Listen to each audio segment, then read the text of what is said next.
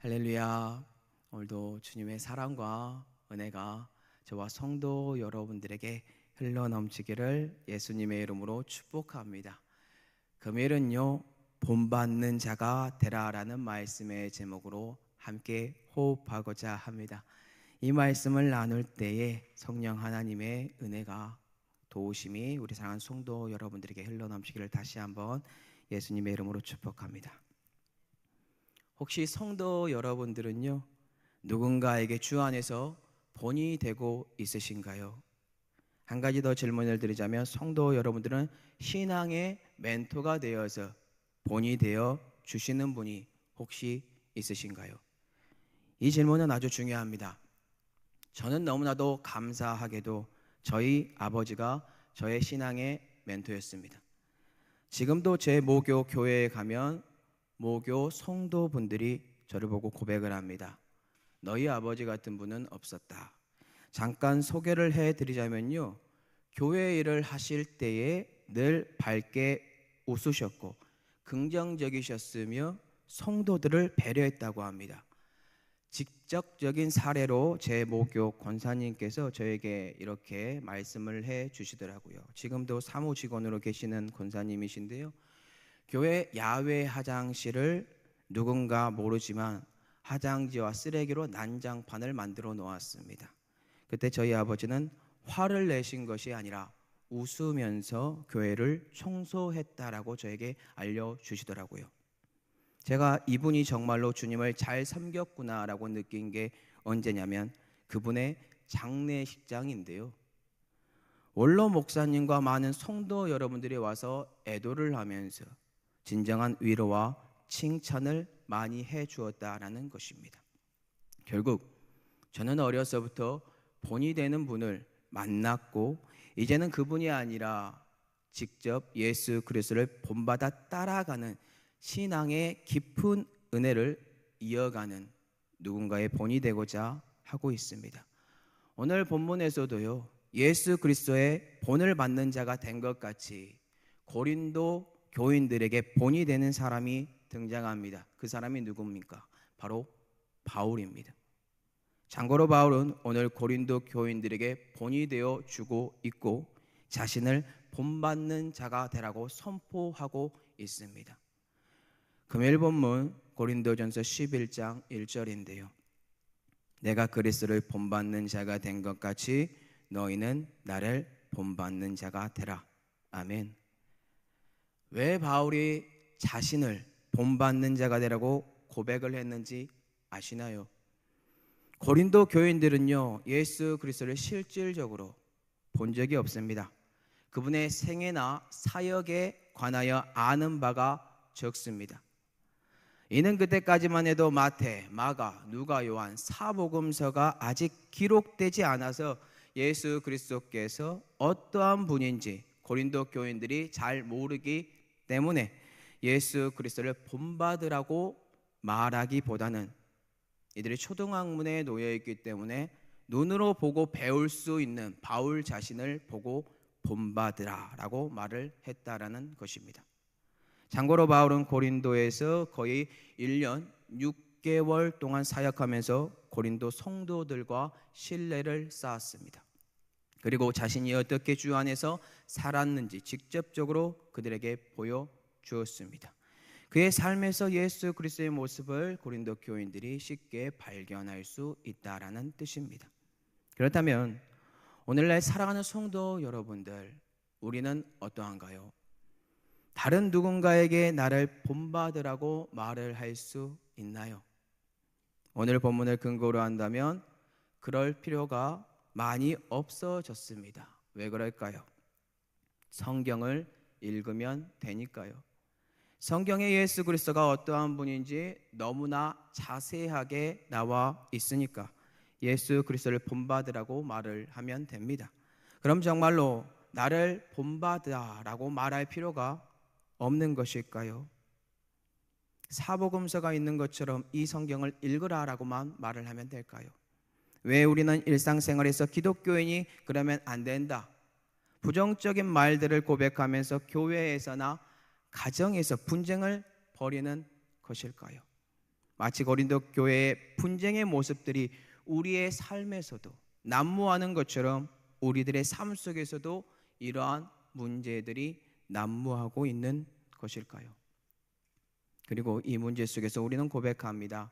그러면 안 되지, 크리스찬이. 저렇게 살면 안 되지. 그러면 우리도 고민을 해야 하지 않을까요? 저는 오늘 이 질문을 성도 여러분들에게 던지고 싶습니다. 사복음서가 있는 오늘날에도 바울처럼 성도들에게 혹은 내가 가르치는 분들에게 나를 본받으라라고 말을 할 수 있는가? 혹은 이 말을 정말로 해야 하는가? 저는 이 말을 해야 하고 할 수 있다라고 고백을 합니다.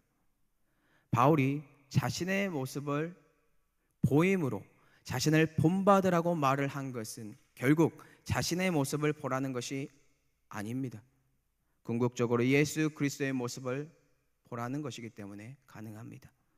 이는 마치 제가 예수 그리스도의 장성한 모습을 잘 모르는 초등학문에 있을 때에 저희 아버지의 모습을 보고, 아버지가 앞서가는 모습을 보고 예수 그리스도의 모습은 이러한 모습이구나 보여준 것 같이 동일하다라는 뜻이에요.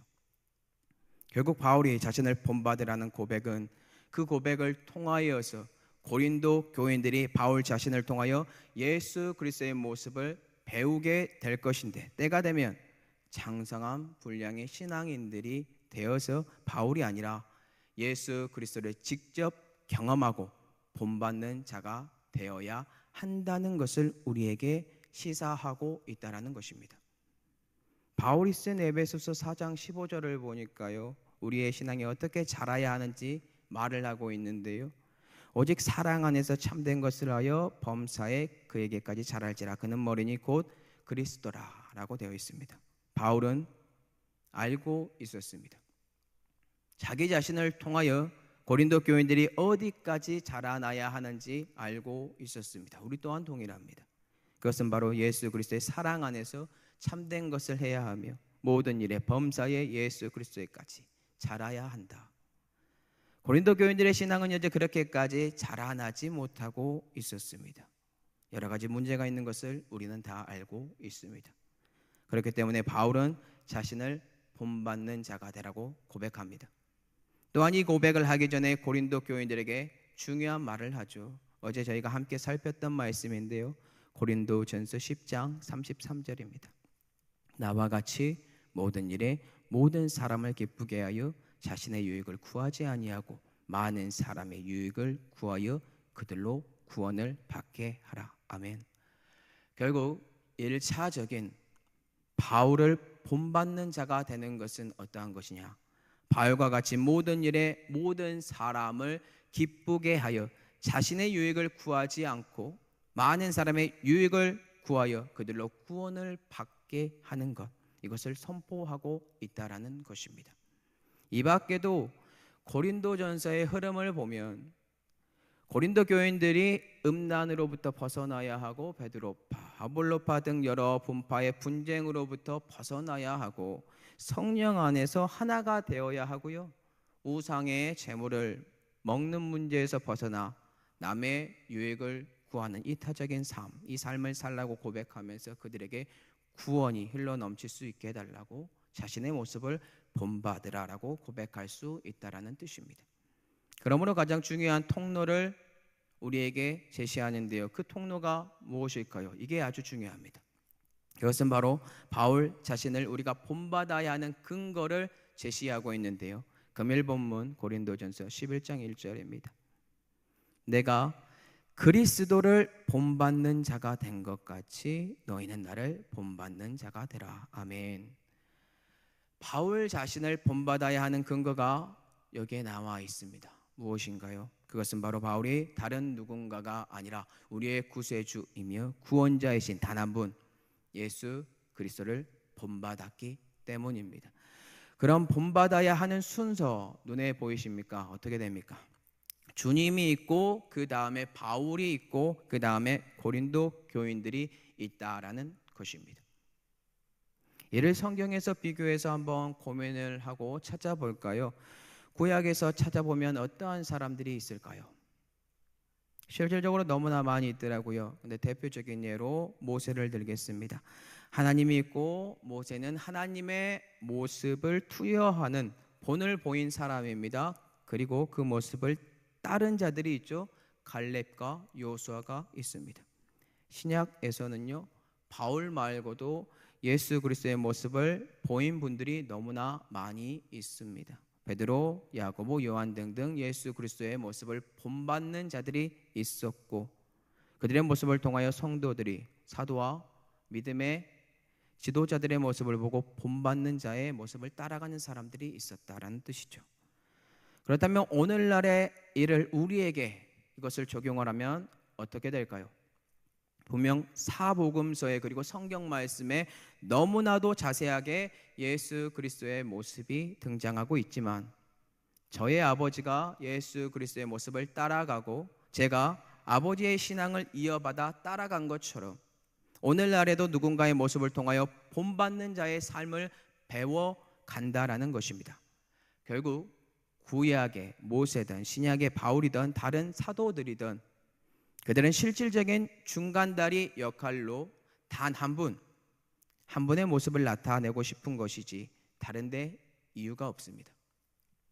왜냐하면 이 본받는다라는 말에는요, 이러한 의미가 담겨져 있기 때문입니다. 본받는다라는 말 뜻 무엇인지 아십니까? 헬라어로 메타이라고 합니다. 이는 모방자라는 뜻을 지니고 있는데요, 모방자는 누군가를 따라하는 것입니다. 결국 주체가 있고 그 주체가 주인공이라는 뜻이겠죠. 그 주인공을 따라가는 거예요. 따라하는 거예요. 이는 마치 구약의 예수 그리스도를 등장시키기 위한 그림자 역할을 한 것처럼 오늘날에도 많은 이들이 나를 본받으라라고 말을 하므로 그림자 역할을 통하여 예수 그리스도에게 인도하고 있다라는 것입니다. 현재 바울이 누구를 모방하고 따라가고 있다고요? 오늘 본문의 근거로 보면 바로 예수 그리스도 단 한 분입니다. 이는 바울이 예수 그리스도를 모델로 삼았고 그의 모습을 따라간다라는 의미로서 낮고 천한 죄인들을 섬기기 위하여 자신을 희생하신 예수 그리스도의 모습을 따라가고 있고 그 길을 걸어가고 있다라는 뜻입니다. 바울은 그렇게 살았습니다. 그리고 오늘날에도 많은 이들이 이렇게 살아가기 위하여 발버둥 치고 있습니다. 성령 하나님의 도움 속에서요. 다른 사람의 구원인 영혼 구령을 위하여 나의 것을 포기하고 주님을 바라보면서 살아가고 있다는 것입니다. 그리고 우리 교회를 예로 들어보면 많은 이들이 주일학교 교사가 되어 나를 본받으라라고 학생들을 가르치고 있습니다. 실질적으로 학생들 앞에서 나를 본받으라라고 말을 하지 않더라도 학생들은 그 모습을 보고 따라갑니다. 그렇기 때문에 중요한 위치죠. 교사 선생님 외에도 우리가 서 있는 모든 구역장이나 그 자리가 참 모델이 되어야 하는 자리입니다. 그럼 고민해야 하지 않을까요? 나는 진정으로 나를 본받으라라고 말을 할 수 있는가? 말을 하지 않더라도 누군가가 보고 있는데 그 모습을 따라오고 있는데 이 모습을 계속해서 놔둘 것인가, 고민할 것인가, 계속해서 생각해야 하지 않을까요? 이 말은 나의 이기적인 마음에서 나올 수 없어요. 주 안에서 다른 사람을 생각할 때 성령 하나님의 능력의 호흡이 나에게 찔림이 있을 때 나는 내 자신을 돌아볼 수 있습니다. 머리를 숙일 수 있습니다. 결국 주님이 우리를 위하여 자신을 내어주신 것처럼 우리 또한 다른 사람의 구원을 위하여 그들의 믿음의 성숙을 위하여 내 자신을 내어줄 때 우리는 다른 누군가에게 나를 본받으라 라고 말을 할 수 있죠. 왜냐하면 나는 죽고 그리스도가 내 안에 살아있으니 내가 주님을 바라봄으로 내 모습을 통하여 투여되니까요. 오늘 우리가 이러한 고백이 있었으면 좋겠어요. 나를 본받으라 라고 고백할 수 있는 사람들이 됐으면 좋겠습니다. 혹시 나의 죄가 더 많이 생각나고 이러한 본이 되지 못했다라고 생각하면 아직 늦지 않았습니다. 오늘부터 다시 주님을 바라보고 나의 모든 죄를 토설하시기 바랍니다. 그리스도의 보혈이 여러분들의 모든 죄를 사할 겁니다. 그러면 성령 하나님의 호흡 속에서 무엇을 어떻게 해야 하는지 하나님의 말씀이 성도 여러분들을 이끌어 갈 것이며 여러분들을 섬기는 그 위치에서 본이 되는 사람으로 누군가가 쳐다볼 때에 예수 그리스도의 형상을 볼 것입니다. 오늘 잃어버린 나의 신앙을 다시 회복하시고 예수 그리스도를 본받는 자가 되어 바울처럼 우리 교회 성도 여러분들 나를 본받으라라고 외칠 수 있는 장성한 분량의 성도 여러분들이 되기를, 저와 성도 여러분들이 되기를 예수 그리스도의 이름으로 축복합니다.